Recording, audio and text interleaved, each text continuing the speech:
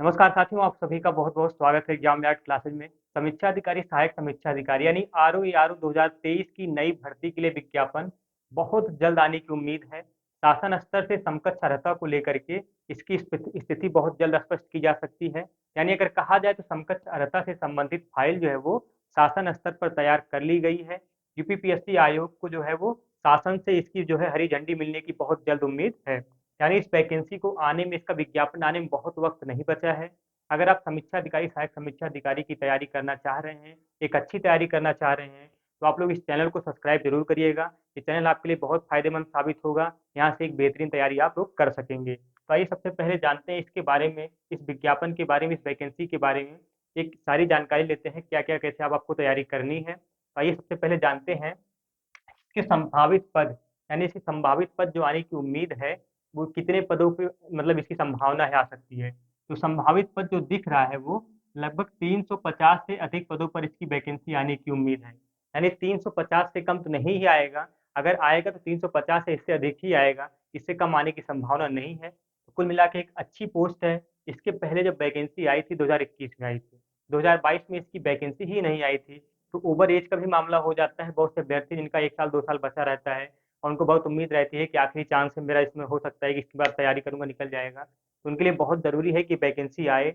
लेकिन सारे विद्यार्थियों के लिए जो नए स्तर पर तैयारी करना चाह रहे हैं, उनके लिए भी बहुत ज़रूरी है कि इस वीडियो को पूरा देखें और साथ में समझें कि इसकी पूरी प्रक्रिया कैसे चलेगी। तो आइए इससे पहले देखते हैं इसमें योग्यता जो होती है, योग्यता इसमें ग्रेजुएशन माँगता है, यानी स्नातक माँगता है। आप किसी भी स्ट्रीम में कहीं से भी अगर आप स्नातक हैं, तो आप इस वैकेंसी को अप्लाई कर सकते हैं, मतलब इसका फॉर्म आप भर सकते हैं। केवल स्नातक की योग्यता मांगता है और ये भी नहीं पूछता है कि आप किस स्ट्रीम से पास किए हैं या किस स्ट्रीम से आप योग्यता को मतलब इसमें ग्रेजुएशन को आप कंप्लीट किए हैं। और साथ में इसमें कोई परसेंटेज का इशू भी नहीं रहता है। उम्र सीमा की बात किया जाए तो उम्र सीमा आपकी 21 से 40 वर्ष के बीच होनी चाहिए। इसमें ओबीसी स्टूडेंट के लिए 3 वर्ष की छूट देता है, एससी कैटेगरी के स्टूडेंट के लिए 5 वर्ष की छूट देता है। अगर आप एक्स सर्विसमैन हैं तो आपके लिए 5 वर्ष की छूट देता है। अगर आप हैंडीकैप्ड हैं तो आपके लिए 15 वर्ष की छूट देता है। लेकिन नॉर्मल जो एज है वो 21 से 40 वर्ष के बीच में मांगता है जनरल कैटेगरी के स्टूडेंट के लिए। ठीक है। विज्ञापन कब तक आएगा सबसे बड़ा सवाल है, क्योंकि आज के पेपर में भी, न्यूज़ पेपर में भी यह निकला है कि बहुत जल्द आने की संभावना है। इसमें समकक्षरता को लेकर के जो विवाद चल रहा था उसकी स्थिति स्पष्ट की जा चुकी है। शासन से बहुत जल्द इसकी हरी झंडी मिलने की उम्मीद है। तो अगर बात किया जाए तो 15 अगस्त के पहले पहले इसका विज्ञापन जारी होने की 90% चांस है। 90% चांस है कि 15 अगस्त तक इसका विज्ञापन जारी हो जाएगा। यानी 1 महीने के अंदर अंदर आपका विज्ञापन ये आर के लिए जारी हो जाएगा और बहुत ज़्यादा वक्त नहीं बचेगा आपके पास। इसका एग्ज़ाम जो है, एग्ज़ाम कब तक करवाएगा? तो एग्ज़ाम आपका ये अक्टूबर नवंबर में एग्ज़ाम करवा लेगा। 100% है। अगर ये 15 अगस्त तक वैकेंसी आ गई, आने की पूरी पूरी उम्मीद है, तो अक्टूबर नवंबर में इसका एग्ज़ाम करवा लेगा। और यूपीपीएससी आयोग जो है वो यूपी ट्रिपल एससी आयोग की तरफ वैकेंसियों को बहुत लंबा नहीं खींच रहा है। आजकल यूपीपीएससी आयोग भी बहुत तेजी से प्रक्रिया को चला रहा है। तो मान के चलिए कि आप 6 से 7 महीने में यूपीपीएससी आयोग इस वैकेंसी को जो है, छः मतलब कुल मिला के 6 से 7 महीने में नहीं कहा जा सकता, मतलब प्री प्री का रिजल्ट जो है वो 6 से 7 महीने में दे सकता है। यानी जनवरी तक इसका रिजल्ट, दिसंबर या जनवरी में इसका रिजल्ट भी दे सकता है प्री का। इसके बाद इसमें मेंस लेवल का भी एग्जाम होता है। तो आइए सबसे पहले हम लोग देखते हैं इसमें जो आपको पेपर देना है, एग्जाम देना है, वो प्रारंभिक परीक्षा और मुख्य परीक्षा 2 चरणों से आपको इसमें गुजरना होगा। साथ में प्रारंभिक परीक्षा की क्या क्या प्रक्रिया है इसको देखते हैं। सामान्य अध्ययन और सामान्य हिंदी 200 अंकों का ये प्रारंभिक परीक्षा होता है। नेगेटिव मार्किंग 1/3 होती है। नेगेटिव मार्किंग 1/3 होती है। प्रारंभिक परीक्षा जो होती है ये ऑब्जेक्टिव टाइप की होती है। ऑब्जेक्टिव टाइप में सामान्य अध्ययन के 140 प्रश्न पूछे जाते हैं और 140 अंक के, यानी 140 प्रश्न रहेगा, 140 अंक के। सामान्य अध्ययन की बात किया जा रहा है। अगर सामान्य हिंदी की बात किया जाए तो 60 प्रश्न रहेगा और 60 अंक का रहेगा। तो सामान्य अध्ययन में आपका जो पूछा जाएगा, हिस्ट्री हो गया, ज्योग्राफी हो गया, पॉलिटी हो गया, साइंस हो गया, इकोनॉमी हो गया, plus current affairs plus UP special, ये दो आपको अच्छे से तैयार करना पड़ेगा। और साथ में आपके जो सामान्य हिंदी है, सामान्य हिंदी 60 प्रश्न पूछा जाता है।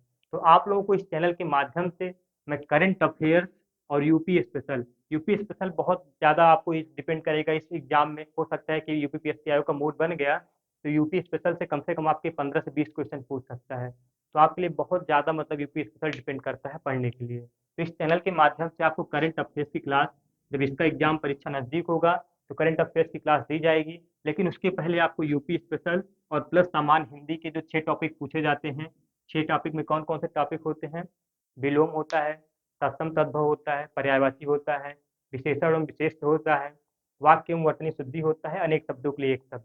ये जो सामान्य हिंदी के 6 टॉपिक हैं, इस चैनल के माध्यम से आपको बहुत बेहतरीन तरीके से पढ़ाए जाएँगे। साथ में करंट अफेयर्स और यूपीएससी स्तर की क्लास भी यहाँ से दी जाएगी, ठीक है? अगर बात करते हैं मुख्य परीक्षा की, तो प्रारंभिक परीक्षा का जब आप पास कर लेंगे, तो आपको मुख्य परीक्षा देनी होगी। मुख्य परीक्षा जो होगी वो 400 अंक की होती है, जिसमें 3 टाइप में आपके क्वेश्चन 3 शिफ्ट में आपके क्वेश्चन लिए जाते हैं, पूछे हल किए करवाए जाते हैं। सामान्य अध्ययन के 120 प्रश्न रहते हैं 120 अंक के। सामान्य हिंदी एवं आलेखन के में खंड 1 और खंड 2 में आपका एग्जाम करवाया जाता है। खंड 1 में 100 अंक का और खंड 2 में 60 अंक का। इसके अलावा हिंदी निबंध आता है, ये सब्जेक्टिव टाइप में होता है। इसमें 3 निबंध आपको लिखने होंगे, एक-एक निबंध 40-40 अंक का होगा। तो इस तरीके से 400 अंक के लिए मेंस की तैयारी आपको करनी होगी। लेकिन उसके पहले आपका सबसे बड़ा रोल है प्रारंभिक परीक्षा को पास करना।